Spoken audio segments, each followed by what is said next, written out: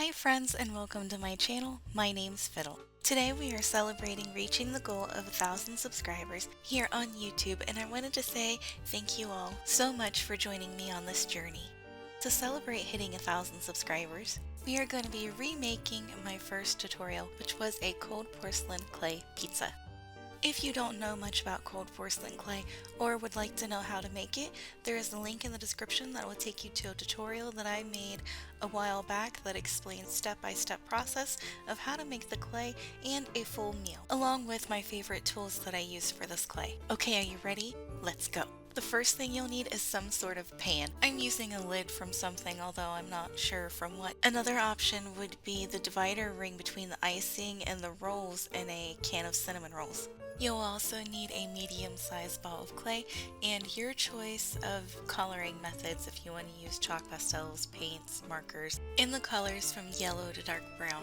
Starting with your yellows and light tans, add color to your clay, but we don't want to go too dark like it's already been baked quite yet. We'll do that towards the end. We want it to look like pre-baked dough.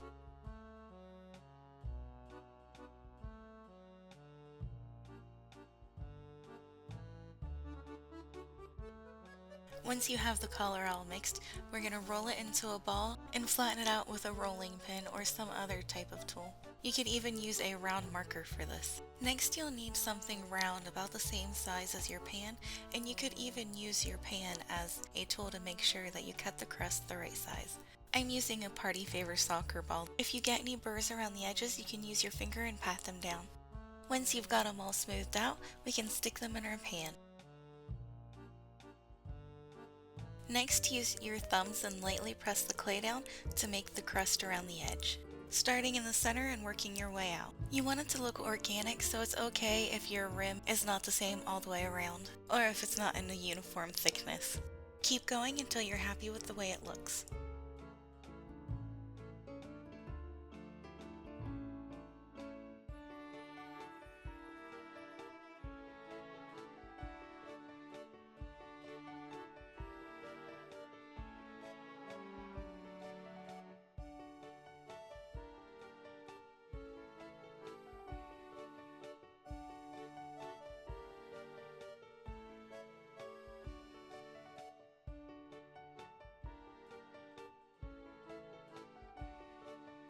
Next, you'll need a clay bristle brush, or an old toothbrush will work too.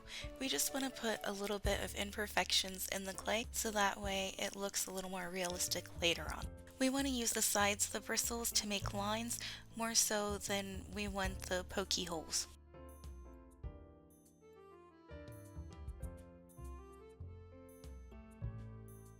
But you can't see the detail too well. At least not yet anyways. Now on to the sauce. For this you're going to need some white fine-grained sand and your choice of coloring methods.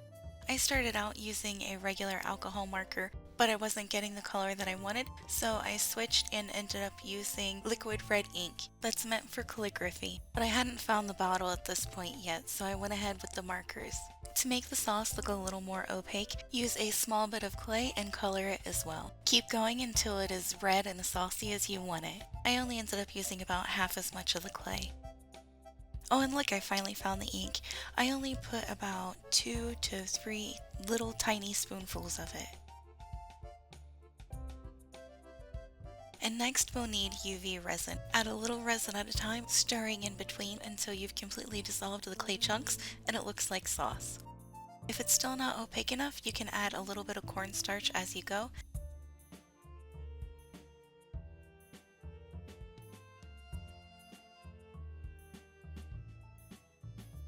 Then spread it around on your crust until you're happy with it. It's okay if you get it up on the sides a little bit, it makes it look a little more realistic.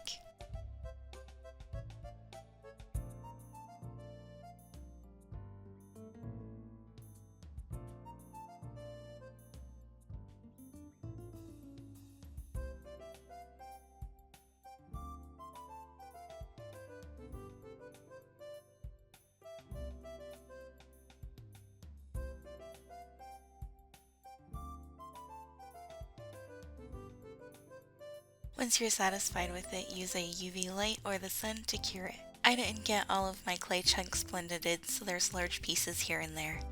Now that we've got our sauce on, we're going to add the darker colors of brown to make it look like it's been baked. Starting with your lightest dark brown, go around and color the whole crust, but leave a small gap right next to the sauce.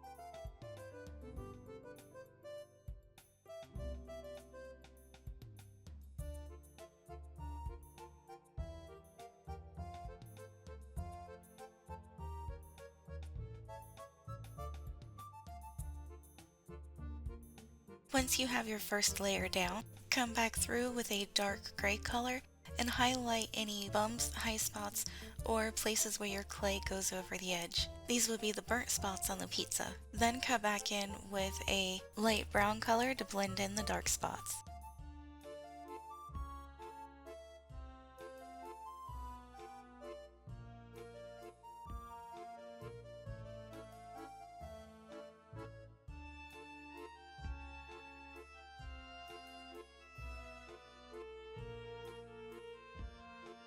This is how it's looking so far, and we're ready to move on to the pepperonis. You'll need your red clay from earlier and one of the round inserts from a pasta extruder, the medium sized one for the pepperonis. Another option would be various sizes of straws, those will work too. And I do have the rest of the extruder, but I couldn't cut the rounds as thin as I wanted them, so it was a lot easier for me to thin out and push the clay through the hole and flatten it with my fingers. And you can decide on how many pepperonis you want for yours. I would say I made about 30 of them.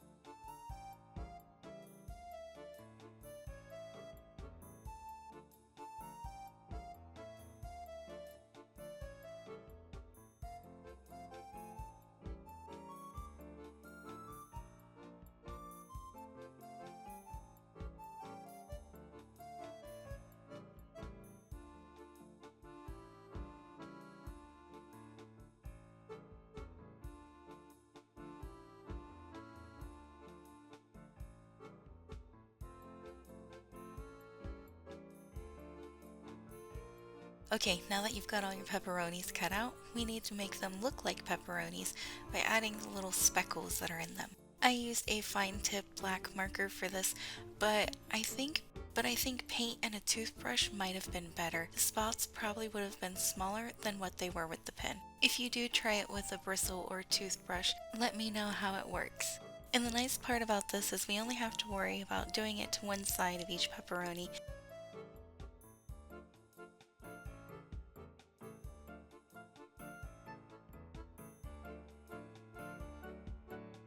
Next we can add the white spots. I used a white jelly roller for this, but again, like I said, paint and a toothbrush might be a better option.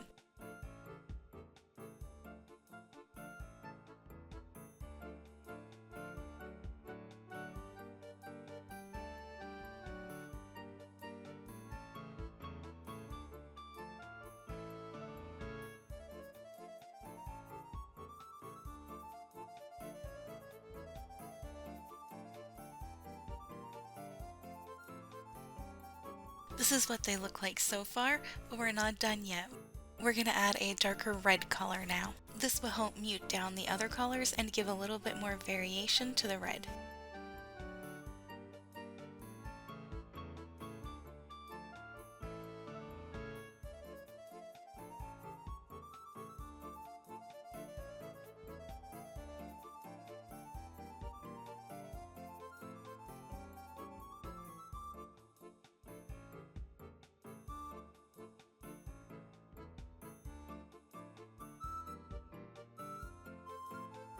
And here's a close-up of them finished. They're not as realistic as I would have liked, but that's okay, I'm fine with them.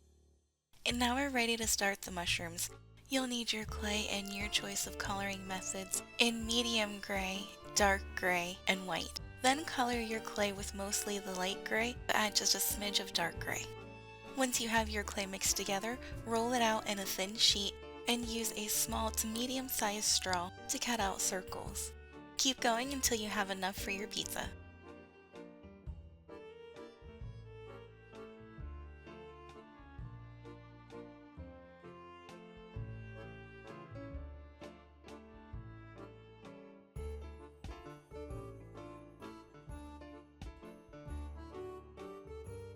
Next, you'll need a craft knife or some other small cutting tool.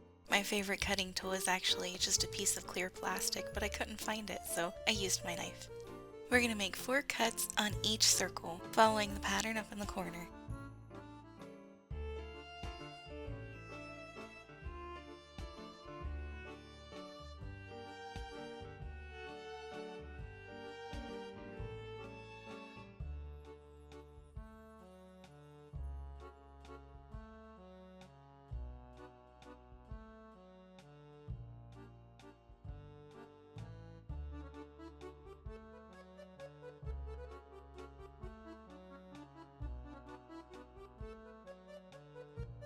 This is what a few of mine look like.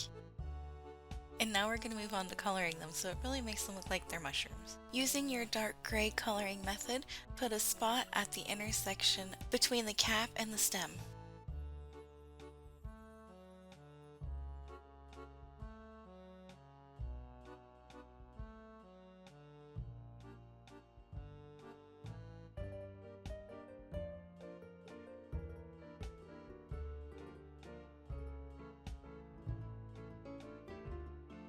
Then using your white, go around the rim of the cap and the bottom of the stem.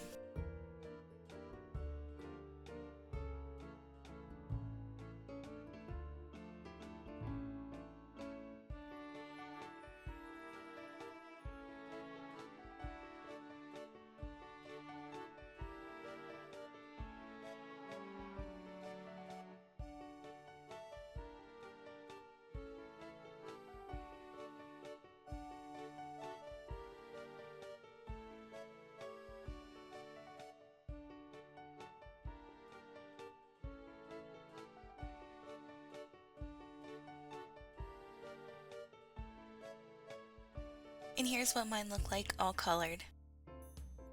And now onto the mozzarella. I didn't want to try to make it look like a melty runny cheese all over it, because then it would cover all the vegetables and it wouldn't make much sense to put all the effort into it to cover it up. So I went with slices. You'll need some plain white clay and the biggest circle from the extruder, or a large straw would work too.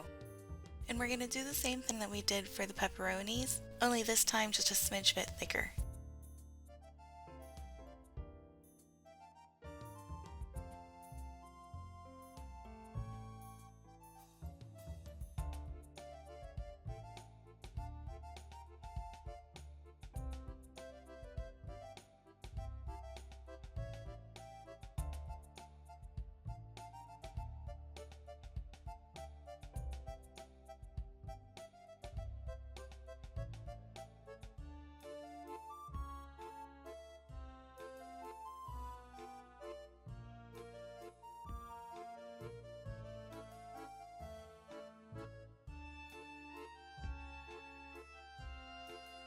When you've got enough cheese, we're ready to start putting the pizza together. This did take a little while, but it wasn't too bad.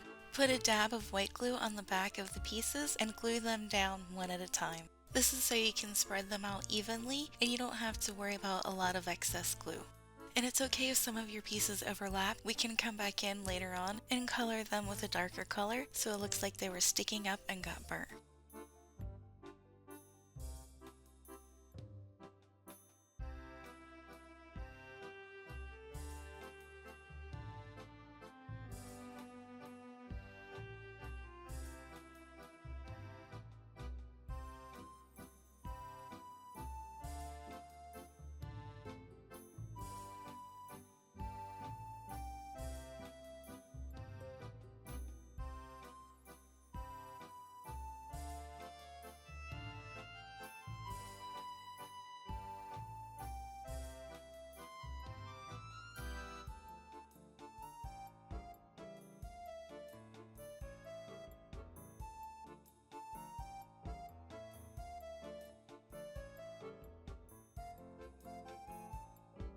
Here's what mine looks like so far. Every single pepperoni has a fingerprint on it.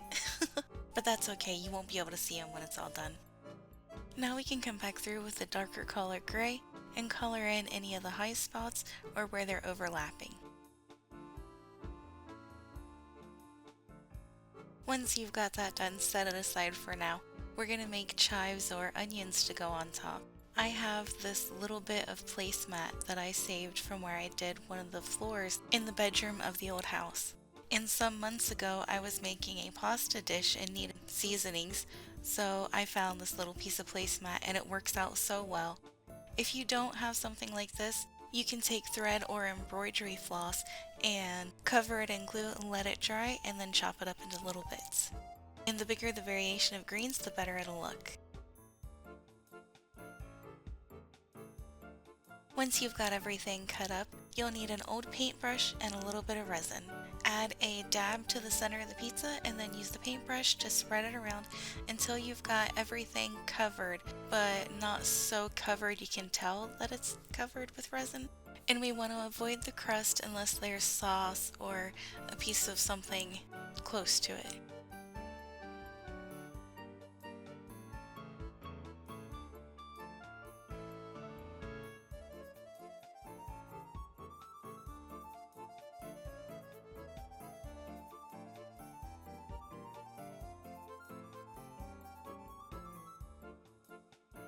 Once you have your resin down, take the little bits and sprinkle them on top.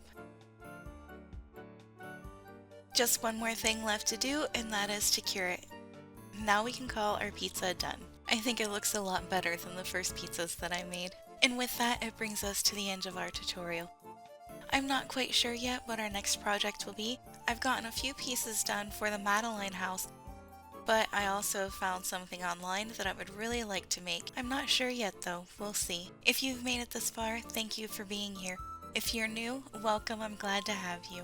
Thank you everybody for helping me reach 1,000 subscribers. Thank you Ginger, and I'll see you next time.